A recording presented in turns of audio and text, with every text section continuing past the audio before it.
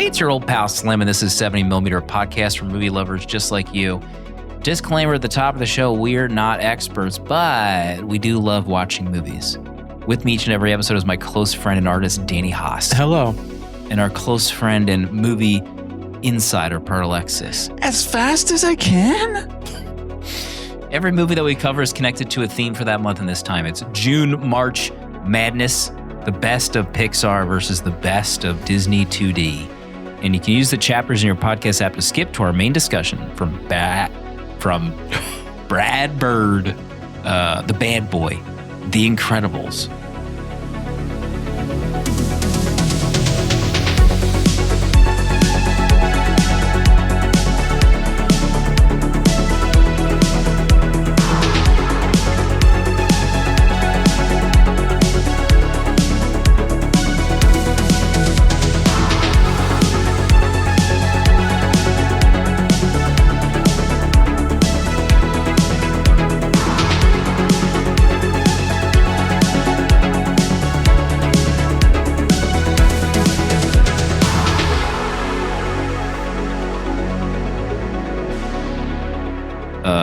We're broadcasting live from Philadelphia. Mm-hmm. Danny, we're tagging along. Danny's jet setting around the country. Mm-hmm. Mm-hmm. You're here this weekend, or you were here this weekend, depending on when people. The vast majority, you're gone. What were you here for? Fan Expo? Philadelphia Fan Expo, selling art. You're a featured player. Mm-hmm. Yeah. We looked up the page. I think you're like right next to Jim Lee. Was I? No, Frank Miller. Just a liar. Jim Lee and Scott Snyder, right in between Scott them. Snyder, the maestro himself. You're probably going to be hobnobbing with the four of them tonight. Yeah, and be like, hey, Jim, how about finishing Hush 2? Didn't he have like some disease or something? Yeah, diabetes. We probably should. Well, mental note, cut out Danny making fun of diabetes on the show. I wasn't making fun of the disease, just no. Jim. You're friends with Jim. He knows what you meant. Mm-hmm. He'll get the joke. Right. So he listens. This is like a 3-day event in Philadelphia. Mm-hmm. Mm-hmm. Slinging art. Slinging art. Do you have any 70mm stickers to give away? I'm all given out. Oh, sold out. Darn. Yeah, we got to order some more. Sold out. Pro, you were looking up tickets to this event. It might put you in the poorhouse if you take the whole family. Yeah, I have to open up another credit card, I guess, if I want to go to this event. Inflation's killing me, man. All over. Yeah, I had dreams of going, but I'm a single dad this weekend. Really? So she finally left you. Flying solo. Sorry about that. Yeah, I might have, but I might have to take my family to go see a new Star Wars classic. Oh, okay. You want to get right into it. Okay. Just a reminder, this month sponsored by our soda drinking friends at Squirt. If you're looking to quench that summer heat, squirt your thirst. Let's squirt into some Mando talk right now. Oh God. Danny saw it. You saw it. Mm-hmm. There's a fever pitch online. People, they're taking their belt off. They're unzipping their pants. Mm-hmm. And they're going number 2. We're all over that little baby Yoda. Yeah. Yeah. But you don't agree. No, I don't agree, Slim. No. That's putting it kindly. I have put it kindly once. It could have been a lot worse for how I was feeling. I mean, if I had the review, I'd pull it up, but paraphrasing, you told people to go circle jerk over the original trilogy. Listen, I would just hating. I would prefer people just to pleasure themselves and others while they watch a movie they like. Right. You know? Mm-hmm. It's almost as if like that night they were like, let me get a steak dinner, but they showed up at McDonald's and all they were serving were Happy Meals and kids were happy except for them. Mm-hmm. You know? And then they took their belt off. And they took a dump on the kids. And they dumpied all over that place. I had a great time. I went to, I met with a couple of Star Wars artists out at Disney Springs. Jim Lee. Karen and Brandon. And then co-host of Twin Vipers, Fam, met us out there with my wife. Oh. Casey came. Dolby Cinema at Disney. Fantastic time. Yeah. I haven't been in a sold-out crowd in a long time at the movies. And this crowd was electric. Laughing at all the jokes. Everything landed. Cute baby Yoda. Was anyone cosplaying as Baby Yoda? No. But there was a lot of like, what's it called? Disney bounding? Excuse me. What is that? It's like where you dress. It's like not wearing the costume, but your clothes look like the character. Oh, I see. So you're like sort of in a Mando. fashionably, Yeah. Like So it's like you're wearing a t-shirt and it's got like a No. like a like this like a bikini woman on it. I know what you're talking about, clothes, but it's Okay. it's like if you wear like a jacket, shirt, and pants, but it kind of resembles the Mandalorian get up. interesting. So like it's like you're half-assing it. Yep. Yeah. Half-ass bounding. Got it. into But that. I had a great time watching this film.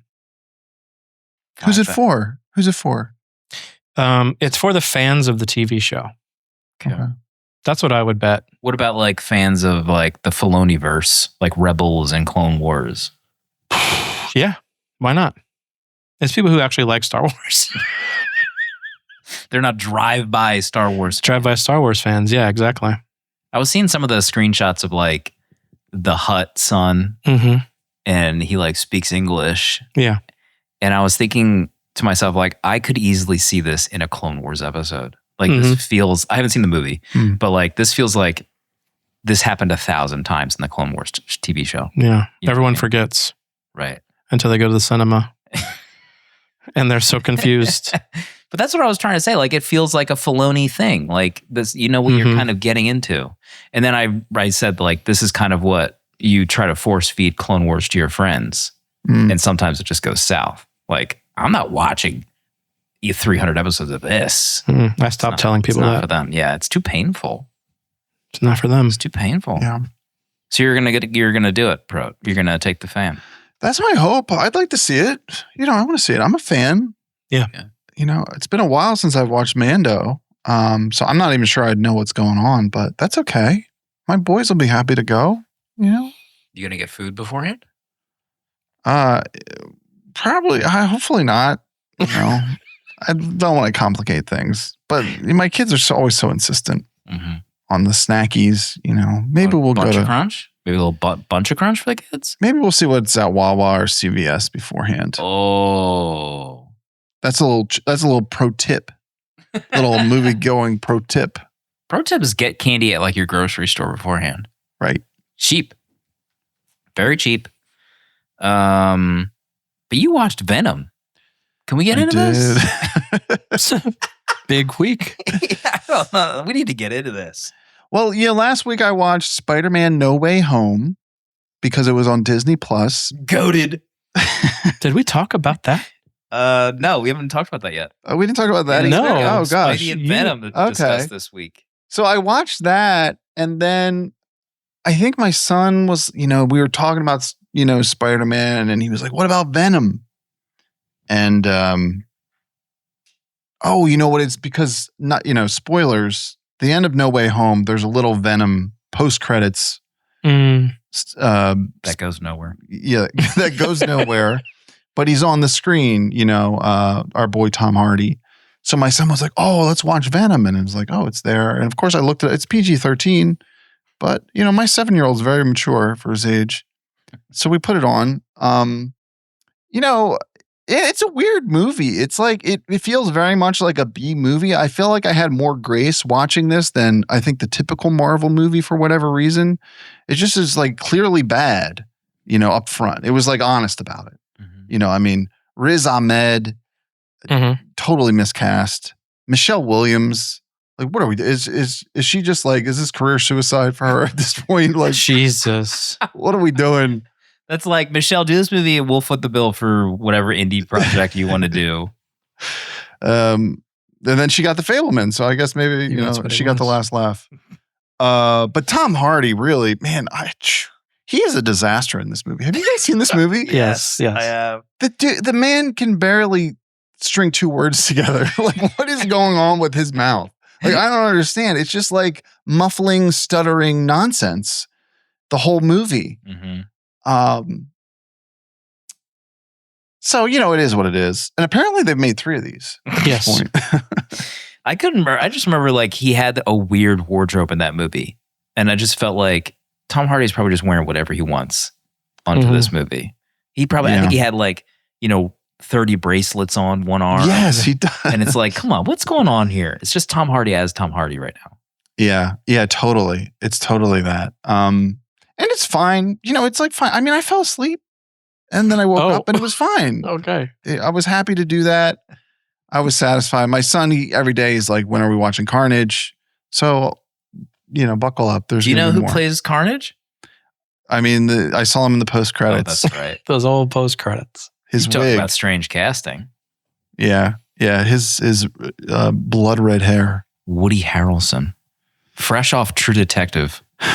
Actually, I don't know when True Detective was. Remember True Detective? Yeah, I think that was like 20 years ago, wasn't it? It feels a long time ago. Maybe we should watch the whole season and do an episode on it. Yeah. True Detective season 1. Wow. As soon as you see Mando Grogu. But let's talk about Spider-Man. You watched Spider-Man with the Doctor Strange multiverse one. Did you watch it because the new one's coming out? Why did I watch this? That's a great question. I think I just watched it because it was on. I saw that it was now streaming. I guess it hadn't been streaming before. And yeah, I guess there's the new one, and it's like I hadn't seen it. Like I feel responsible that I need to watch. You hadn't seen it before at all. Yeah, and I really didn't know what it was about, other than just like reading reviews and people talking about fan service and yada yada. And I actually ended up like I really like the idea of the story. Just with the callbacks to previous Spider-Man movies, like that, that kind of hits me in the nostalgia bone. Yeah. So I like that part of it, but I don't really care for Tom Holland as Spider-Man. Oh dang! Which makes me like not care for Zendaya as what's her face. MJ. And then Jon Favreau's in it. Okay. And the whole Aunt May thing, it's just like you got a cougar thought as Aunt May. Like it just feels so off. But I love seeing Toby and Andrew. So you love seeing Andrew. Yeah. Okay. Yeah. I mean, I don't know if I saw his Spider-Man movies. So you didn't? It's been so long. I really have no idea. Him and Emma Stone? I might have saw the first one. Remember he had like a weird costume in the first movie? Or not weird. It was like slightly adjusted. Remember? Remember? You don't remember? I don't know. He had a different costume. It looked like it was designed by Yaromo Pena. He had like a boot kind of thing at the bottom of his things. And then he had like the bubble eyes. The next, like a light blue. They went back to normal on the second one, though. I think. Yeah, they went back to formula. Can't say that. Nice. Spidey. Yeah, I mean that movie. What year was that? That was pre-pandemic, wasn't it? Or was it during? I think it was 2018. No, that's what are you talking about? The No Way Home. Oh, those. Whatever the third one was. Hold up. With your boy Doctor Strange. Hold up. Making his appearance. Maybe it was 2021. I'll say 2022. It's 2021. Yeah. Called it. Post-pandemic. That saved us, really. Called it. That was the number one. I think that was the number one Letterboxd movie of the year. That year. That's when people were saying we're back. Theater's back. That was you missed it, but maybe you remembered it. But like, remember, like, kids were like filming their reactions to the scene in theaters. They were losing their minds. Right. When Doctor Strange does the magic trick. Hand thing. dirty movie. What about Judy? You watched Judy? Oh yeah, I forgot to watch that. That was a continuation of my Oscar history journey that I'm on Letterboxd. I picked it because I think I remember the one thing I remember about Judy was the year that Renee Zellweger, when she won Best Actress for this, I was like, did this movie come out? I never heard of Judy. I was mad that Saoirse didn't win for Little Women that year. Oh. I mean, it was a stacked year. I think it was like Saoirse for Little Women. What's her name for Marriage Story? Scarlett. Scarlett was up for Marriage Story. Marissa Tomei for Spider-Man No Way Home. Yep. She was getting the Cougar vibes. Cougar Thought Award. Anyway, this movie was pretty incredible. I'm pretty much pro biopics. I kind of like them just because it kind of opens doors for me to learn about people a bit that I hadn't really taken the time to learn. And definitely when I don't know much about Judy Garland outside of what we talked about for Wizard of Oz, I guess. But to see this last kind of segment of Judy's life performed by Renee, it was pretty incredible. I didn't realize, I had to look up afterwards. She learned for like a year how to sing live the way Judy sang at that age, at the end of her career. And the performances she gives in the movie are her singing live as well. And it's weird because like it's not just her having to sing good, it's having to sing like old Judy Garland at the like end of her life as well. So it was impressive. And I really liked it. It was a pretty compelling story. And it made me like read more about Judy that I didn't know. So I enjoyed the film quite a bit. She had a tough life. She did. She really did. Tough. Judy. Okay. Speaking of tough life, Alex Rodriguez. A-Rod. You ever heard of him? I'm seeing where you're going with this. I went to a wedding last weekend, and the person that was like a row ahead of me diagonally was on episode 2 of like a HBO miniseries about A-Rod, Alex Rodriguez. This is a sports talk, folks. And I had completely forgotten about A-Rod, like his playing career. So it was the second episode, and that was following through the first time that he was linked to steroids. And then I was like, oh my God, I forgot about this steroid scandal. It wasn't that long ago. It was like 2009 into, I guess he retired in like 2016 or 2014 or something like Pandemic. that.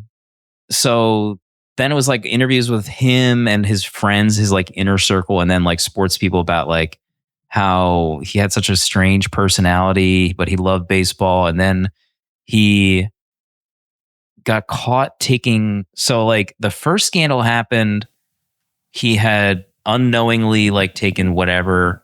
So then he's off the PEDs, and then he has a great year. This first game back, he gets a home run in the first pitch of his first game back from the scandal, which is pretty crazy. And then he goes on to win the World Series, and then he gets injured. He's like getting older, and he knowingly takes another thing. Remember, he like this steroid guy gets caught and like named names. Do you remember that in baseball? That was like, yeah, vaguely, yeah. That was a thing that happened. But A-Rod's name was there, so they suspended him for a full season. And he like fought it and said he was like, I never did it. He went on like the radio and said like he wanted to talk to Bud Selig, but he like would never talk to him. So he fought it and like tried to sue, and then he eventually like stopped that, and then was out of baseball for a year, and he came back again and had a great year.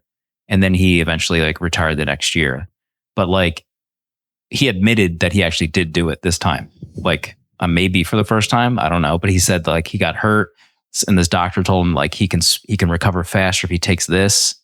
And then he like went into how he eventually met a therapist and realized that he's like one of the biggest narcissists like in history. He like talks about how his whole career was like guided by, he didn't have a father like growing up, and like all his like players that played with him and people that knew him were like, you know, Derek Jeter was like, you know, I go to a game, my family's there, my kids are there, my parents are there, they're supporting me.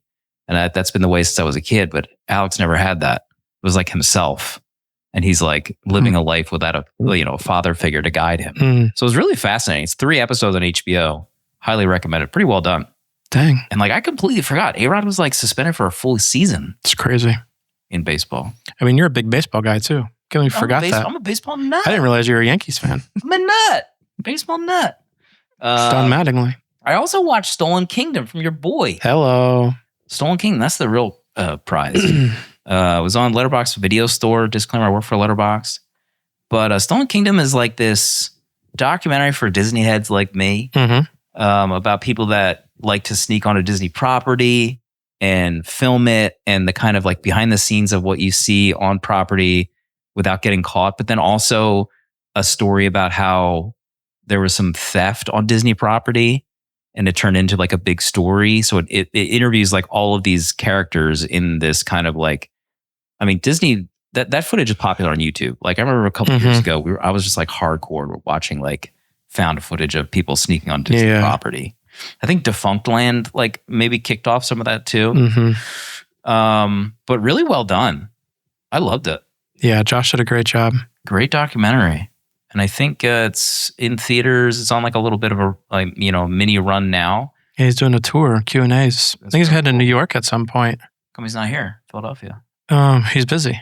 He's a busy guy. Come on the show. Tell us why you're not in Philadelphia. So rent that if you're a Disney guy.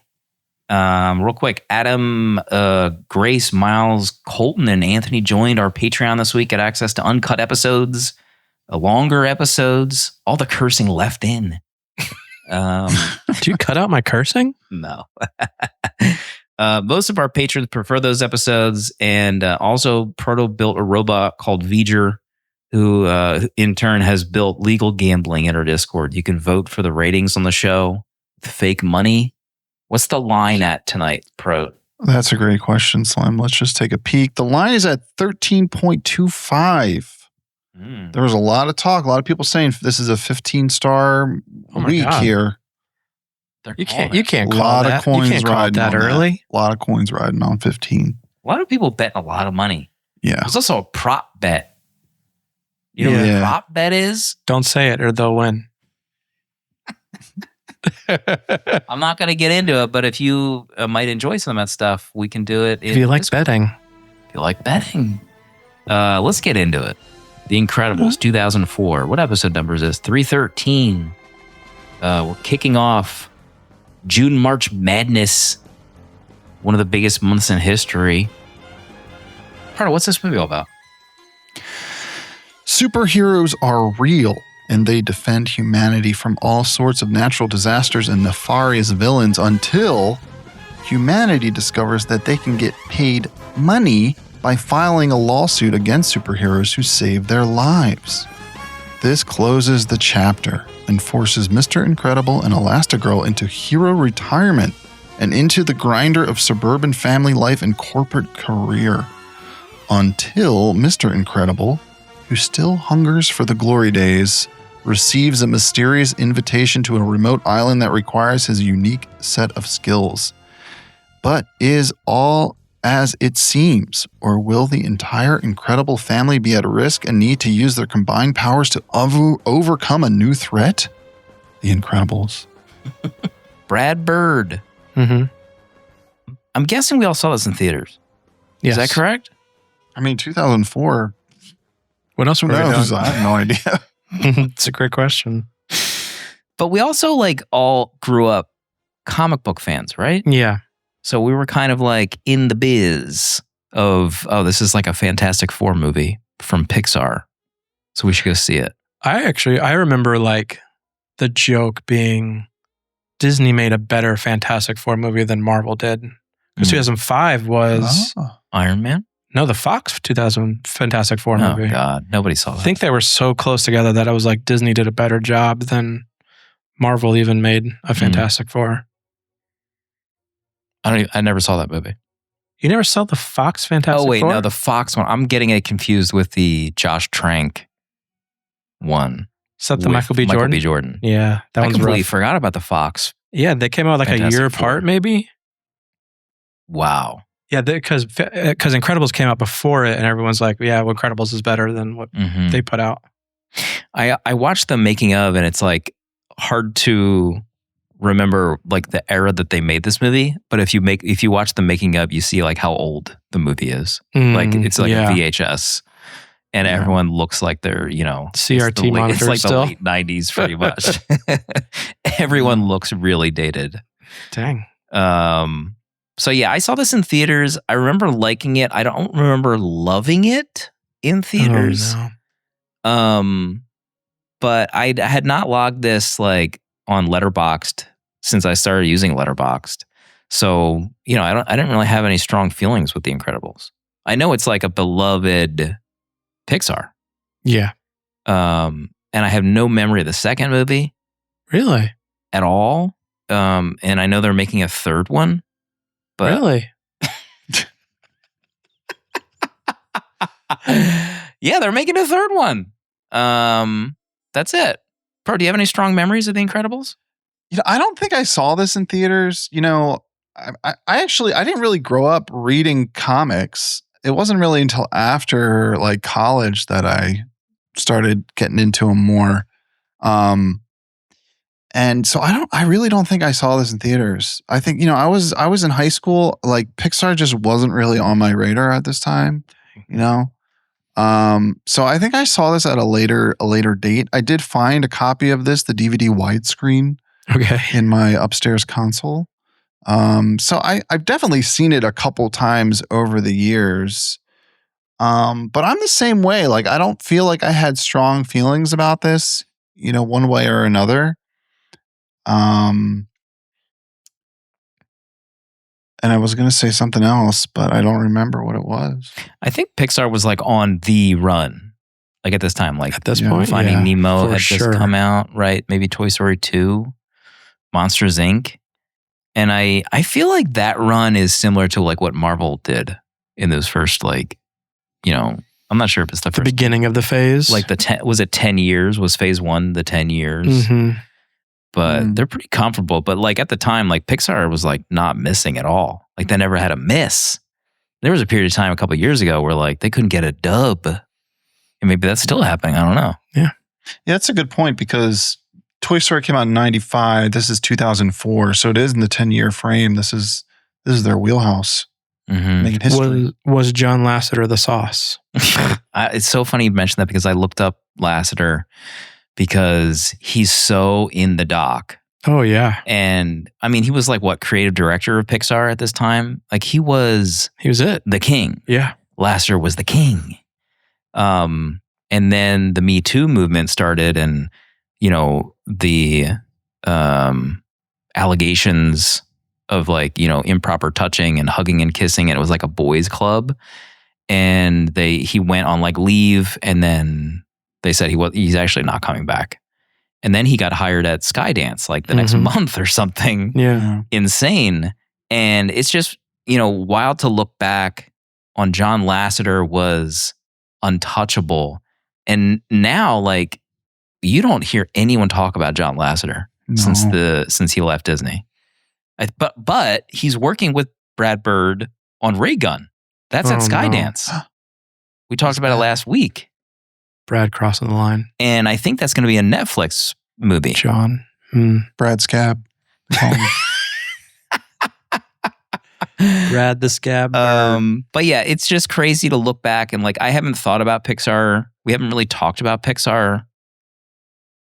What other Pixar movies have we done on this show? None. No, this is it. This is it? Yeah. Oh my God. Yeah. So like I haven't looked up like John Lasseter and like footage. He's always wearing those goofy Hawaiian shirts, but all right, relax. He's like Steve Jobs if Steve Jobs only wore, Hawaiian shirts instead of black turtlenecks. Okay. Anyway, enough about John Lasseter. But Brad Bird, we covered the Iron Giant on the show. Great up. So I think he was just coming off of that, and John Lasseter. Sorry to bring up John Lasseter again, but John Lasseter says like, "Come over to Pixar, bring your boys with you and gals, and let's change it up. Let's get crazy here. You can do whatever you want, baby." Well, I don't know. Should put those words in Lasseter's mouth. And this is the first time that Brad Bird ever did computer generated graphics. Which, oh my God, I don't even know how you even do that. Go from like 2D your whole career and then you're going to make a, computer generated movie for the first time. It's crazy. It is crazy. Also him in that documentary. Did you watch it? No. I've seen it before. This guy's a nut. Like, yeah, I think, what did I wrote? One of the artists said, Brad Bird is strong coffee. And like, Bird is strong coffee. Every time he's in that making up, he's going like 11. Mm-hmm. Like he's pushing hard. He's like yelling. He's animated. So that was just interesting to watch. Danny, what's the top of your list for this viewing of The Incredibles? I think, I put it in my Letterboxd review, jokingly saying that this is a rated R movie. But like, this is the first time I sat down and actually noticed how many adult themes are throughout this entire film. I mean, it really opened my eyes when I was like, we have a guy committing suicide in this film. Yeah. And then we have like conversations about infidelity, and on top of just the types of crimes that are happening, it's fascinating how much they got away with this film. And not in a bad way, because I enjoy it so much. I just watching it from a lens of, I don't know what my kids thought of watching this, because it didn't even faze me until now. It's like, what was their thoughts of watching a man jump off top of a building? Yeah. And then to like turn around and have a whole storyline where he's suing the guy who saved him, and having that line where you didn't save my life, you ruined my death. Like that's such a funny line. But like I just couldn't believe how much, adult themes were like woven into this story.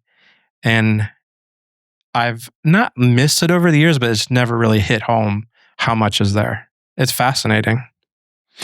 Yeah, and what was the one before this? Finding Nemo. You have Monsters, Inc. So this is like going pretty hard into like a dude, like a dad that hates his job and his life. Right. Like it's not like insurance what you would consider, companies screwing over old people. Yeah, it's not what you consider kind of like all ages. But I guess over time, it becomes like what Pixar is known for. Like they have a story that just like crosses, age groups and works in various ways. But yeah, I almost wrote a snarky review after you said that this movie should be X-rated.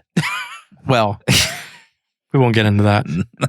Yeah, I was surprised at like just the amount of death. Like there's just like henchmen that are just outright killed. Murdered. Yeah, they're just murdered. And it'd be so easy for them to like change it in some way of just like, when Mr. Incredible like throws the spinning disc ships, like they just like fall out the side. But it's like, no, they fly into a rock and are in a fireball and they are dead. Mm-hmm. And it is kind of like shocking. It's like, wow, they just didn't pull any punches in this Pixar movie for whatever reason. There's that clip after Mrs. Incredible gets stuck between like 4 doors and she knocks out all those guys, and it could easily have just moved on, but they show her hiding the limp bodies inside of a closet. And I'm like, why did they have to show that? Like it's just an extra step further. Right. And then also the main villain gets killed at the end. And it's like a callback to the costume gag. Mm-hmm. No capes. Rip. Absolute rip. Would that even happen today? I don't know. Like, would he literally get exploded? I don't know if we'd make this movie again today. That's true. Who's the Brad Bird of today? Who's the young... Is it like Lord and Miller? Are they the Brad Birds? I don't think they're pushing it that far. Or maybe they tried with Solo and then it didn't work. Interesting. They're like, we can't have another Brad Bird out here. We can't have Lando and Han having sex. But I mean, like, I don't know. Is there a Brad? I'm trying to think of who was a recent Brad Bird. And honestly, the only person I can think of is J.J. Abrams, maybe. And he went and did his own thing. We saw that. I feel like I think we talked about this before Force Awakens, but Brad Bird was approached to be the director of Force Awakens. And he did Tomorrowland instead. Right. I wonder like what the Star Wars universe would look like if Brad Bird said yes and did Force Awakens. I feel like I could see it working. I feel like he has the right, like the right intuition with like comedy. Like it feels like what he accomplishes here and is like the spirit of fun that exists in this movie would translate to Star Wars in the same way.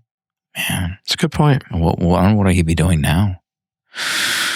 Pro, stop your list. The top of my list is, I think, the overall where we were with computer animation at this point. I think I kind of forgot where it was. And when this came on, it's been a little bit since I've watched this. And watching it and feeling that to me, this looked more like Toy Story 1995 than it did like Coco or something else. Yeah. How simple so much of just the effects and like the fidelity and the detail in this. Like things are just like smoothed over and there's like a lack of detail. And I was just kind of like, oh yeah, this is like 2004. This is like an old Pixar movie. Especially like the scenes in the city where it just like has that feel of like there's like no people. Like there's a lot of scenes where, or it just doesn't feel alive in the way that like the modern Pixar movies do, or really like almost like any, animated movie that comes out now. It just like they feel so full of life. There's so much detail. It just felt like there was like, wow, it looks like I'm watching, like, I don't want to say like, it just almost like reminded me of like Roblox of like, like also like a Sims video game. Yeah. It's just kind of like threw me for a loop of like where this was. It's like when you play like a video game that you loved and then you're like kind of shocked at like what the graphics are. I was kind of shocked at how this looked. Yeah. I think it's mostly evident. It mostly hit me in the face in the water scene when she rescues, like the plane explodes and then they come out of the water. And I remember like almost audibly making a noise like at her hair, like the way her hair looked. And I was like, ugh. But when you watch the making of, like they were pushing the boundaries even then. Like no one had tried this. Like no one had tried what they did with water in this movie. And they talk about that, like Brad Bird was like pushing the limits of like what people were comfortable with, even like a company level. So like even that scene in the water was like groundbreaking for Pixar. So at the time, probably were like people like, whoa, cool. Like they're in water and their hair is wet. Like that's pretty interesting. So it had to have been just like groundbreaking at the time. And it paved the way for like everything today. But yeah, it has like almost, I wouldn't call it dated. It feels like a very specific art style. And for me, it like still works. It doesn't feel dated. It just feels like The Incredibles. I think it has to do with like the design of the world itself. I think when you have that mid-century kind of aesthetic, it already is timeless. And the simpleness of the animation style kind of it like lends itself to it quite well. I actually had the same feeling as you, Proto, because I watched this in whatever K that Disney Plus is streaming it at, and I'm like, my God, this is definitely a 20-plus-year-old CGI movie because everything was smoothed over. Like at this point, like if you watch you brought up Coco, it's a great point. Like there's so many close-ups of like Mama Coco's face, and every pore and wrinkle and everything's there, but there's a close-up of Mr. Incredible in this, and it looks like his skin's made out of putty. Yeah, exactly. It's fascinating how, and I think I've stopped like critiquing old animated films by like how their design or the CGI holds up anymore, because it's when you like pace out from Incredibles to now, the leaps and bounds that they've made. Like when you think of like Into the Spider-Verse, like that movie, I don't think will ever look bad. It's just fascinating how far they've come. But yeah. My God, Spider-Verse is so amazing. I know. Can you imagine when that third one finally comes out? Like it's gonna break records. Hopefully we're all still here and see it. Gas gonna be $8 a gallon as we head to the theater to see it. Yeah, the retrofuturism is so rad in this movie. I was thinking about like how they screwed Marvel for Fantastic Four, I feel like, with this movie. Yeah. Like, and they even tried it with the new First Steps Fantastic Four. God. And like you see the production work and like the stills and like, yeah, we're finally getting it. 60s Fantastic Four. Show them how it's done. And then you like sit and watch them and it's like, ugh. Like it's just not the same. Like it still feels like it's like impossible to top what Brad Bird did. Like for the 60s futuristic, like alternate universe, because it's so cool. Mhm. Like it's James Bond, but it's like futuristic tech, and it's like the Fantastic Four, but it's like also the Avengers, and it's a family, and it all looks great. Like the design of the lair, the island stuff. Yeah. And it's like so basic too, because like one of the bad guys that he fights is just like a giant robot, which is like feels like such an old school Mhm. like comic plot to begin with. But the design language of the movie is like insane. And it's like timeless in that way. Mhm. I love it. I need to get like a production book. The Incredibles. Yeah, I have the Art of the Incredibles, and it's amazing to flip through that book and see what goes from concept to screen and what translates so Mhm. well. It's pretty amazing. I mean, it makes me interested for his ray gun thing. I know. Yeah. I couldn't be more excited about it because it has that feel of like what Bruce Timm did with Batman the Animated Series, that old style, but done it with new tech. And Yeah. it's going to be amazing. I have no doubt. I was looking up like his wiki, and he was like, I guess like a prodigy. Like at a young age, he got grouped together with one of the legendary, what did they call those Disney animators? 9 Old Men. The 9 Old Men. Yeah. Like he was mentored by one of the 9 Old Men at a really young age. He went to, was it Cal Arts? With Lasseter and Tim Burton. Tim Burton, yeah. Tim Burton. The three of them, it's wild. The Three Musketeers. Imagine if all three of them were still at Pixar or at Pixar right now. Yeah. What the hell that would even be like.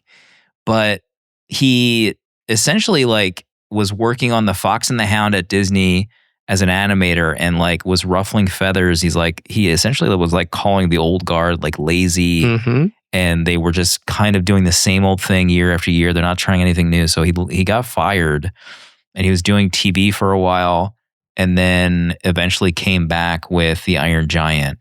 But yeah, Brad Bird was like, I think it, like we talked about it in Star Wars, but like there's a few directors in like this era that were just like at the right place at the right time, and they just could do anything. And they went into movies and like they just like killed it. We're like legends. There's something in the water in California, I guess. I don't know. Yeah, what you're saying about like this and like the design language and like how perfect it feels, it almost like is shocking with just like how popular superhero movies have been for the past 2 decades that they only made like 2 of these. Like because like Pixar is cooking at this point. There is like this hunger for superhero stories. They have this smash hit in Incredibles, and it's almost like shocking looking back now that like, how did they not like want to just like cook up another story? Mhm. Like, let's expand on this universe. Like, how do we not have another movie set in the Incredibles universe with like another superhero? Like, why is there not a Frozone movie or just like anything? It just feels like it's like it would have been a gold mine. But I guess that's just like how Pixar operates, right? Like they just kind of want to do their thing. And I mean, eventually they made a sequel and they're going to have another one.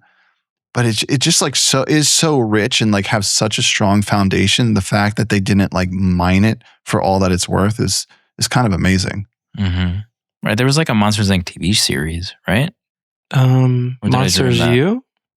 Wasn't there like a Disney Plus show or something? Was there another Maybe one? I dreamed it. Monsters at Work, Jordy says in chat. Maybe there was like fallout with Lasseter. I think a lot fired, had to do with Lasseter leaving. and his like their BFFs. And maybe it's finally.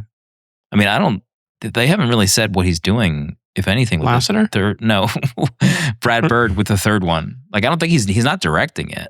I don't even know that he's writing it. He might not be doing anything. I don't know. But maybe that was the reason. I don't know. Danny, top of your list. Second on my list. Yep.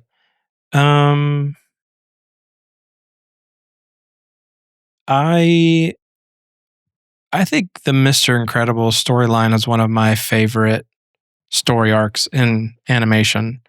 I find his like, I like how it starts with him being Mr. Incredible before he's married and then to go through like the process of losing his ability to be the one thing he's good at or is known for, having to work this crap dead-end job at the insurance company, and then to like be pulled back in to the glory days, but like juggling his family, and then, I mean, not that it's a good thing, but like trying to have this double life and hide it from his wife, and having it come full circle. I forget how good his storyline is in this, and even with Helen. I mean, even the with his wife, I can't get over the writing in this film. It's one of my favorites. I think Mr. Incredible is, I don't know, I got kind of smitten with this film watching it this time around, but his story arc was just a lot of fun to watch. Mm-hmm. Probably a lot like more interesting for people that get older as they watch it too. What are you trying to say? I caught that. I winked at Danny Lanza. But yeah, it's a very relatable storyline. Yeah. And I agree. I love, he's like sort of out of shape when we see him 15 years later. And then as he gets excited about like doing some superheroing at night, gets a little bit more in shape, and he's like measuring his waist and stuff and getting more excited. It's a great storyline. And also, what's his face? It does the voice. Craig T. Nelson. Goated. Absolutely Nailed goated. it. Yeah. Him and Helen never done voice acting before this. This was their first? This was their first. Oh, wow. Which is bonkers. That is crazy. One of my favorite scenes of him is when he gets, I don't know if it's when he gets the first message from Mirage, but he like is in his office and he kicks back and it shows his whole wall of clippings and stuff. That shot is so good. So nostalgic. Where's the Disneyland of his office? And Just then whatever else. There's one Incredibles ride, but all they did was retheme a roller coaster in California. Terrible. I really wish they would do a full Incredibles ride like Rise of Resistance. I want everything to be like the Rise of Resistance, but still, it's a missed opportunity. Yeah. This actually, watching it this time, it reminded me a lot of the story in Fantastic Mr. Fox. Because it's kind of like a similar thing of like reliving the glory days, hiding it from your wife until you get caught, almost getting your family killed and making it out again.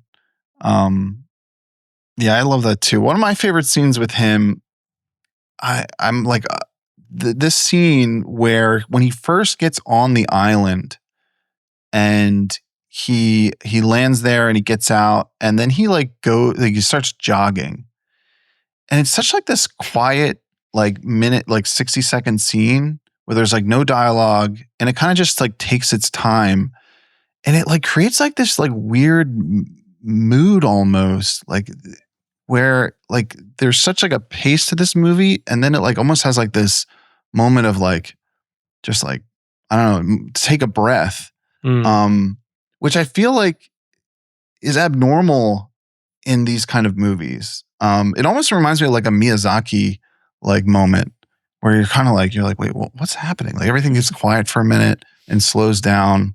But even that is like just like the way it like gives him to kind of like he's jogging and then he's like out of breath and he's like realizing he's still, he's not in shape. Yeah, I love that too. There's so many good interactions between him and his wife as well. Also, doesn't he like get out of that thing and stretch, and you can see his like beer belly as he stretches? It pops out. I was about to call Brad Bird white Miyazaki, but I feel like I already said John Krasinski is a white Miyazaki. It's funny. I don't know what movie it was. There's a behind the scenes on one of the movies, and Lasseter is like massive Miyazaki fanboy, and he like flew Miyazaki to Pixar headquarters, and they built like a cat bus for him inside of the Pixar or whatever. He was such a Miyazaki fanboy. Anyway, not talk about Lasseter anymore. We got to stop bringing it. We have to stop. We please need to. Said it enough in the mirror. That Pixar office looked really fun though. Yeah, they're still at the same place. How about that one guy with that short hair, but he had a tuft of hair like Tintin? What is his did, name? or whatever? What's the kid's name in Tintin? Isn't it Tintin? I thought Tintin was Tintin the dog. I know the dog's Indiana.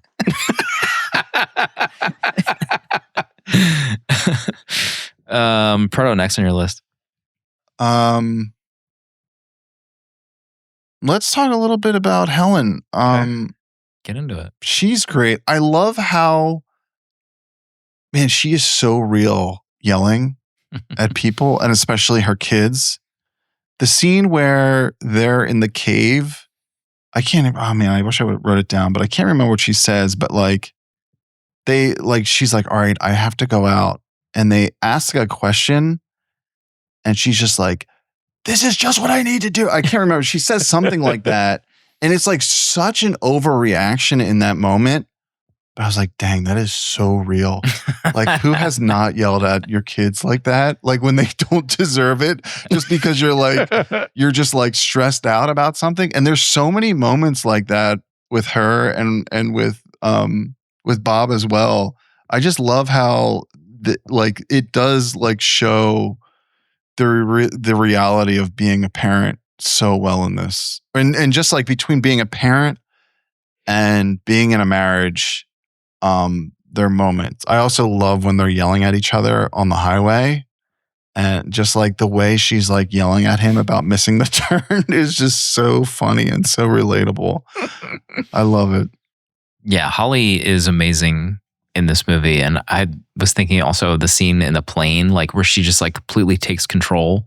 Like she's obviously a very capable superhero, but she hasn't had a use to be like that commanding in that way for 15 years. And she's like been a mom, a stay-at-home mom. But I loved her like taking control in the plane and then like asking her daughter to do the invisible, force field bubble. And then apologizing for asking her to do that. Like it was almost like, too soon. Like I shouldn't have asked you to do that. That just like her being a mom, but also a superhero to the kids was just, it's awesome to rewatch. She's a great character, Elastigirl, like their little date to start the movie. Remember? Oh yeah, it's so good. That animation of her leaping from rooftop to rooftop and then disappears into the sunset. Oh my gosh, it's so good. Fantastic Four could never. MCU could never. Imagine them trying anything like that. It's so hard for me to watch this and not question how her body works. Right? Especially when she turns into an inflatable raft. Oh my God, so that was hilarious. And Dash is like kicking from her rear. Right. Where's her arm? Where'd her arms go? Everything, yeah. She kind of looked disturbed in the moment. She's like, I can't believe I had to do this. I'm doing this right now. Anything for her kids, though. Also, the scene where she's stuck between the doors is so good. Brilliant. Keeps going. Yeah, she annihilates like 9 dudes with like one arm. She can't even see what she's doing. Or she like her hand moves around to like feel his face and then she punches him. Let me see. We've covered most things. That was one of my points. Elastigirl GOAT. That's why I'm surprised you haven't seen the second one. I have seen it. I just don't because it's very Elastigirl centric. I don't remember. Where this one's very Bob. Mr. Incredible. Yeah, I wonder. I'm trying to think of like what the critical reception was to The Incredibles 2. Maybe that is like why we didn't get more also. That's a good point. And maybe it's just difficult to make a movie around a family multiple times. Like with Toy Story, I guess you have like a huge cast of characters and it's easy to like throw in. I'm not easy, but like they threw Forky in there. I don't know. Proto gave it 3 stars. 3? Yeah. What did I give it? Did I rate it? You haven't got a rating. I only gave it 4. It's a death sentence from you. I don't think I remember the last time I gave 4 stars to anything. Yeah, I don't know what I was on with that day. You have nothing. Oh wait, you have a 3. Excuse me. But not logged. It's just a rating. No, you got. I logged it. Yeah. What year? It's 2018. Oh my God. Well, you were a different person then. Yeah, that was pre-pandemic. It was 20 years ago. Let's see. What do I have? Oh, also, yeah, when they were doing like the movie starts with like the interviews and the 4x3 like Super 8 footage. I think that's another thing that like Pixar, I almost like yawned at, but it was like characters in a Pixar movie. Toy Story did this a lot, but like laughing, like maybe they made a mistake or something, where they're making fun of themselves and they're just like laughing, like it's off the cuff and like improv. I was like, ugh, I forgot about this. But he's doing a Super 8 interview, but he's wearing a wireless lav. Mm-hmm. The technology wasn't catching up. No, the 60s was a wild place. And then Jordy brings up bloopers. I forgot that like they used to do the Pixar blooper reels. Maybe that was that just Toy Story? The blooper reel stuff. Bloopers? Remember like the post-credits bloopers? That scene in the forest towards the end, was that a Return of the Jedi homage? I feel like there's a sound effect that sounds like the speeder bikes. What do we think of the main villain, the Jason Lee Syndrome villain? I feel like that was pretty ahead of its time. I mean, the story itself feels having a kid who's like a fan, Incrediboy, growing up to be your nemesis. Mm-hmm. Like this film has like 4 different story arcs happening, masterfully told. Yeah. To where it's like everything works just fine. You have the entire villain arc. You have everything going on with Bob. You have everything going on with the family itself. It's like, it's incredible. But I love Jason. Jason Lee. Yeah. I wanted to call him something else, but I think Jason's fantastic in this as the voice of Syndrome. I love the design. I love the big tech. He has no superpowers, but he's that, big tech dude who thinks you can, take over everything by building all the stuff. So he made weapons to make his money. Interesting. Zuckerberg. Oh. Altman. Oh. Right. Yeah, obviously like he, I guess, made his wealth from tech, but where is that, within the world though? Mm-hmm. It's a great question. They don't really show that part of it. That's the Disney Plus series we should get. Right. Syndrome prequel series. Mm-hmm. He's just like so nerdy looking too. Yeah. He's like a caricature of like a comic book nerd. Ugliest sin. It's so ugly. I mean, he's violently ugly in the beginning of this violently movie. Ugly. Like you'd be like kicking him out of your Incredicar too. Like, get out of here. Not just, he got ejection seated. Oh my God, Jordy just posted the GIF. I mean, what's that movie that Art is always talking about with like the villain with the big head? Oh, right. Brain, super brain? Yeah. Something with Krasinski. Mega Mind. He does look like Mega Mind-ish. Very evil looking character, even as a youth. Let's see. Syndrome. I mean, also, like more, not to bring up more death, but did we mention like all the superheroes that he found the dead bodies of? And like all those superheroes that died finding or like battling the robot at the various iterations. It's a lot of dead superheroes. It's a lot of death. Yeah, it's dark. It's pretty dark. You're right. It should be rated R. It's interesting. Danny, next. The next thing that I had was the side characters. Samuel Jackson's Frozone is so good. The Where is my super suit? Oh my God. Bit is like iconic. So iconic. And then you have Brad Bird doing the voice of Edna, which Edna is like probably one of the greatest animated characters ever created. I think she's so funny. I was about to just say that this was the Aragorn kicking broken foot. Like him doing the voice of her became like a trivia question for decades. Oh, yeah. Did you know that part? You just like tilted your head. No. Brad Bird did the voice. See, this is why we have to say it every time. This is why we do it. That's why we kick the helmet. I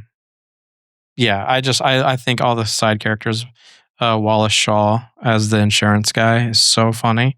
There's just so much into this film. And then Michael Giacchino's score is incredible too. Amazing. It really is something special. He was a young buck in that making of. Mm-hmm. He really is young. When's Michael coming on the show? I could send a text. Is he here at FanCon, you think? No. Is he a featured guest? No. What's he working on right now? Incredibles 3? Probably some Marvel nonsense, if I can be honest. Didn't he get into directing? Didn't he direct He like a did Disney the, Plus thing? The Wolfman. The wolf in sheep's clothing. Wolf at Night. Wolf by Night. Yeah. Wolf, Sheep at Night. Something like that. Classic. Is he doing Batman too? It's gotta be. Oh. It's gotta be. Let's get Sorry, Michael I'm on. sorting his release dates. Yeah, I had that on my. Incredibles 3. Hello. Oh. He's doing the new Spidey too. Oh.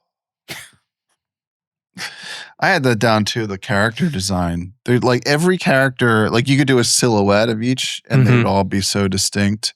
Like even the Dash's teacher, which is another great bit about him setting the tack on his chair. But his head's the shape of a football. Yeah. Like Hey Arnold. Yeah, he's like a Hey Arnold homage. Or Bob's boss. Like when he gets, that guy got murdered. He got murdered. He got thrown through 5 walls. That guy is dead. He was like 90 too. Every bone in his body is broken. Proto, final point or Menchie's? My Menchie's. Let's see. Did we miss anything?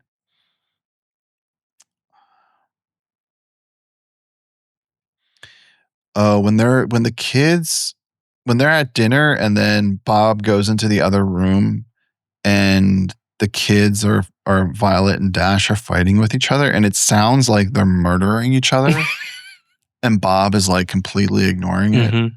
We've all been there. Yeah, you like at a certain point as a young father, I used to like wait, what's going on? Like what's happening?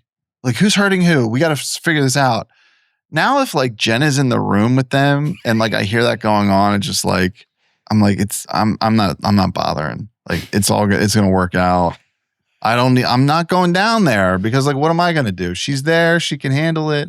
So that scene is just it was so real of him just ignoring the death in the other room.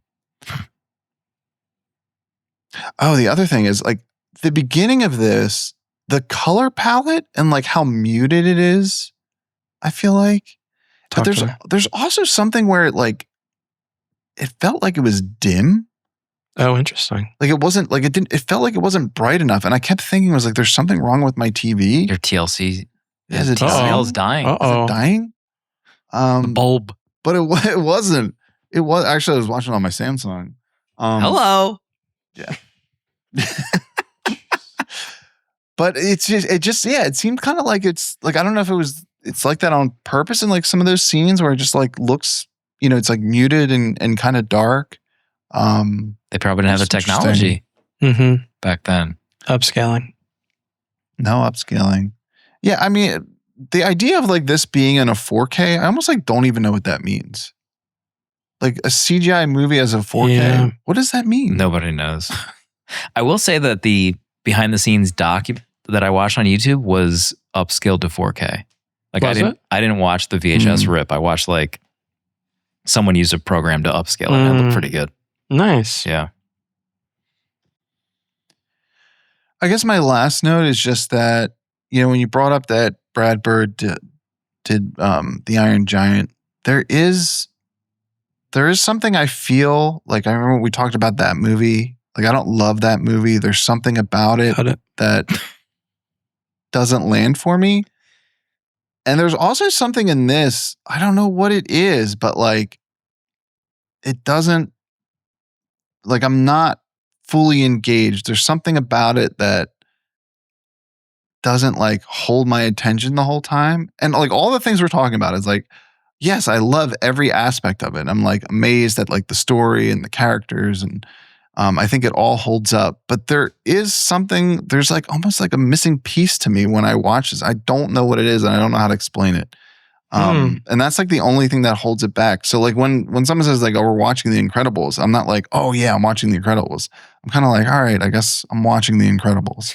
If that makes sense. That makes sense. Cause if I said, let's go watch Into the Spider-Verse, I'd be excited. You have a different feeling. Yeah, I'd have a different feeling. God, I would be jacked up if we were going to fire up Into the Spider-Verse right now. I think one of my complaints for this is definitely the length.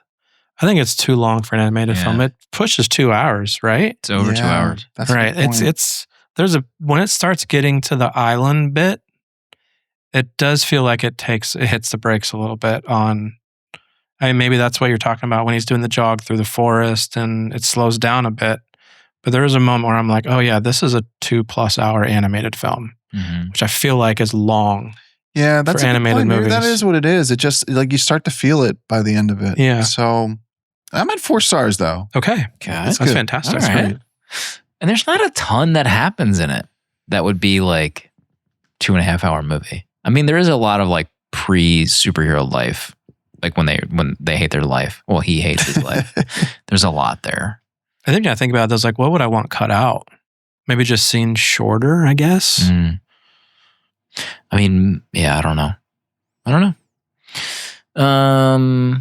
1960s Fantastic Four was a dream we were promised. That's one of my first notes. We got it.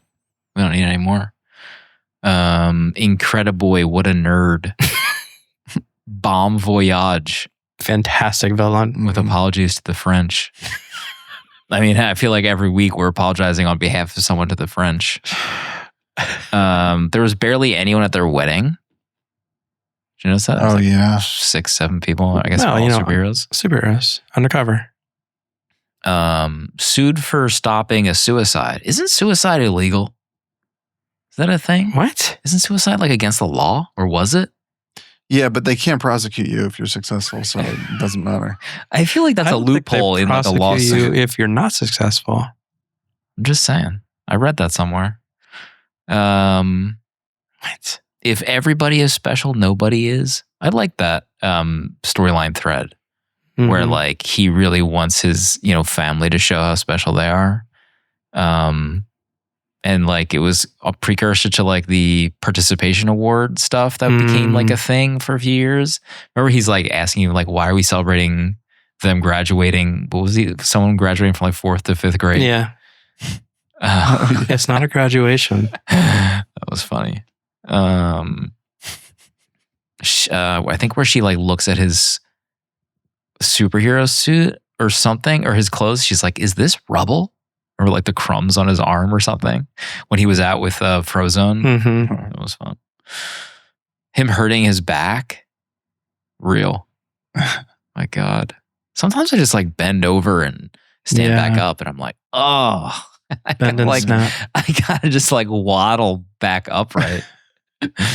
Also speaking of rated R, when he was losing weight, they were boning 100% a lot. boning. Remember she like pulls him back into the house She like grabs his ass on screen too. A lot.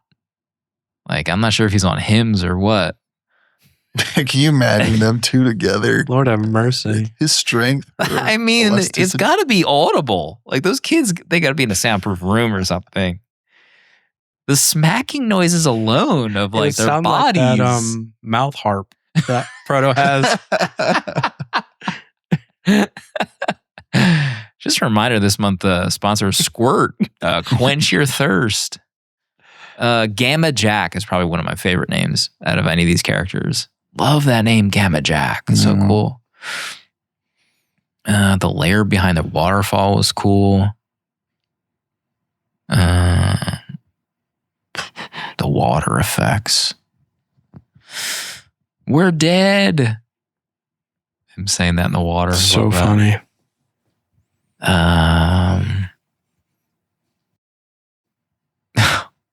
When they're all together and they all pose, like when I wrote the pose. When he's like apologizing to the family for how wrong he was or like his mistakes, and she's like, "No, wait, let him finish." Like she wants to hear him like finish that thought. Jack. That was a cool ending.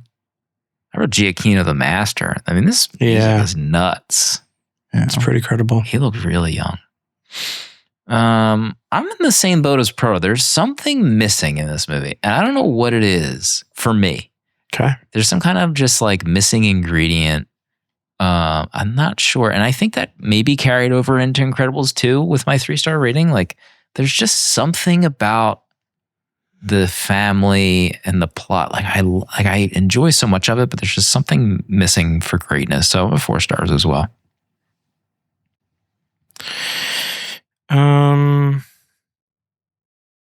The literal Fantastic Four homage with the Mole Man at the end. Oh my God, yeah. Insane What jab. was his name too? It was like Underminer? Yeah, the Underminer. Yeah. Is that what it was?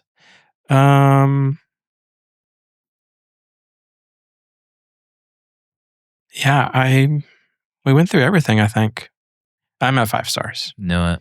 I do love this film. I think it has to be top 3 Pixar for me. If not my favorite. I don't know what would rival it. Maybe Coco, maybe Up. But this is probably my favorite Pixar. Wow. Okay. Yeah. Do we want to reveal our favorite Pixars right now? Probably not. I mean, I can. I just did. You guys can hold off for the Ratatouille episode. We'll save it. We'll save it for the rest of the month. We'll slowly reveal one each episode. Okay. Some other bonus making of notes I made. The animator, the scene, there's an animator filming himself doing the Bob argument scene in the house, and he's standing in front of an infinity mirror so he can see all the angles of himself, which blew my mind of a 3D artist using that. That was so cool. And then Brad Bird talking about in 3D animation, seeing the previs of it was hard for him to wrap his head around. He saw, they showed him previs of them in the water. It's just immobile characters wearing regular clothes, slowly moving in the water. And he's is this what it looks like? Is this what it is? And he had to teach himself to look at unfinished, ugly previs and realize that it's going to look good. You just have to deal with it, which I didn't even think of either. It's just you're looking at you're looking at cones with a head or cones with eyes. And you're you just have to imagine what it looks like in the finished product. We got a letter from Art under the wire. Subject line, Incredibles. Hey, pals. Danny said he loved Mr. Incredible's arc. Violet's arc is also so good. That finale, when the falling debris comes down and explodes in the family and we get the reveal that they are surrounded by Violet's force field. Man alive. She found her confidence, saves her family. Clutch. Then mom says, that's my girl. Jeez. I have to work to not explode into tears for real. A top 10 21st century movie moment for me. Of all movies. Hugs, Art. This was a live listening letter. Wow, yeah. He referenced something I just talked about. Did, yeah. The episode's not even published yet. He didn't even want to do a Discord comment. He's no, I need to send a letter for this. Got to make sure Slim sees it. Top 10 21st century movie moment. That sounds like a list idea. That's huge. Strong. We got to dive deeper into that. We got to dive way deeper. I don't even know where to begin. So you want me to try this voicemail by hook or by crook? Let's save it for next week. Maybe you guys will see Mando by next week. Right. It could be. And you guys will have some input. It could be. Is it hitting Disney Plus next week? It is not. It is not. How about this movie Obsession sweeping the nation? Yeah, I'm hearing a lot of good things. I probably won't see it. I hear there's gore. Really? Pretty gory.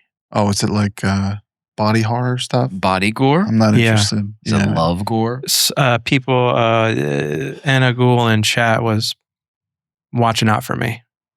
Really? We were chatting about it. Just said it again. Don't see it, Danny. Yeah, say she's watching out for me. I want to see Obsession. You should. You're a big gore guy. I'm a gore boy. I'm gore-core. Gore-core boy. I read some crazy stat that it was the first movie.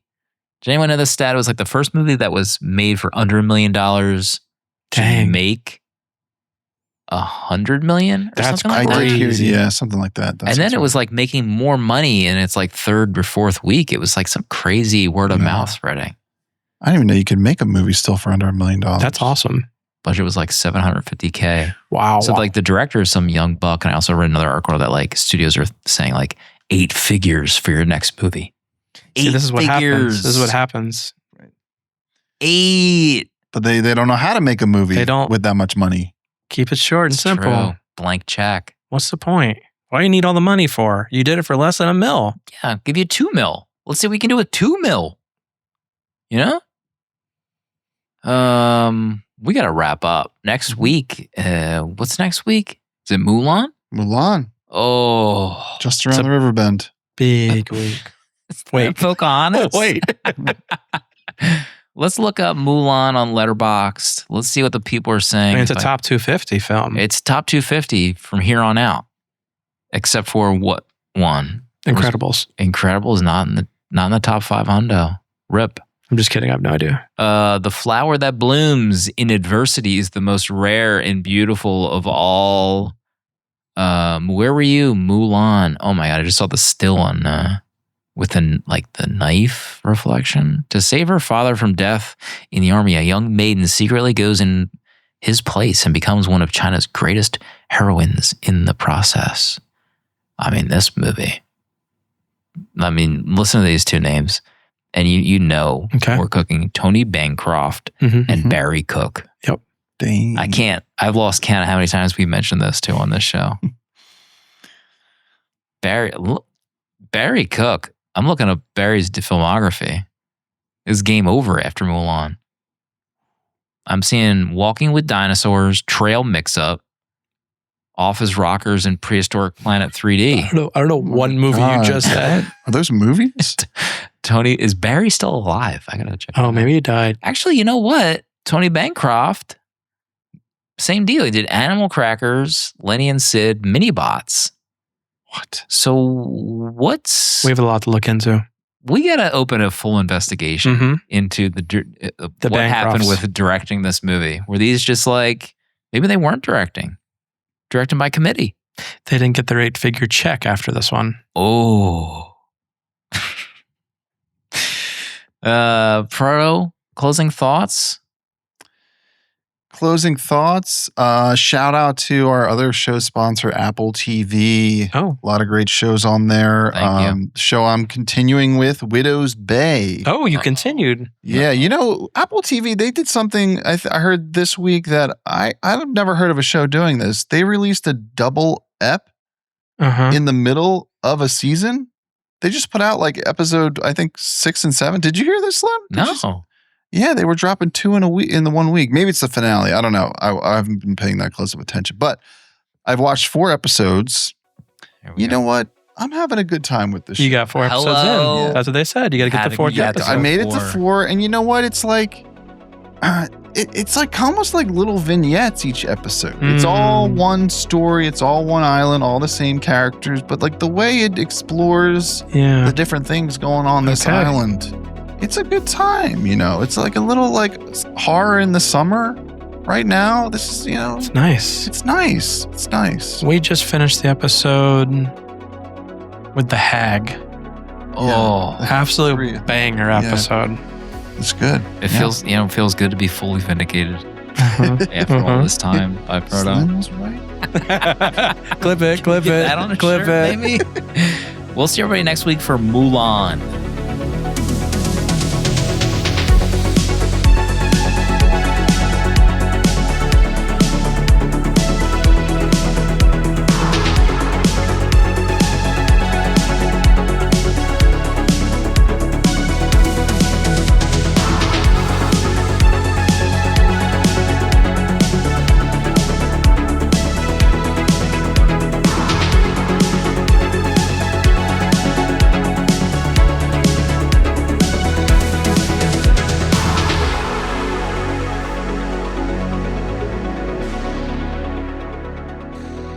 $70mm is a tape deck production featuring original artwork provided by Danny Haas, spiritual guidance and V'ger, the robot who loves movies, provided by Protolexis, producer at large Dale_A.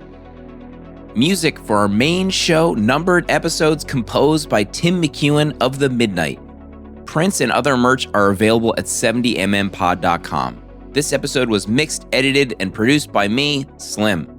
Support our Patreon for access to longer, uncut episodes, our VHS Village Discord to talk movies with friends, access access to exclusive episodes from the 70mm vault, discounts on merch, and a physical membership card mailed to you.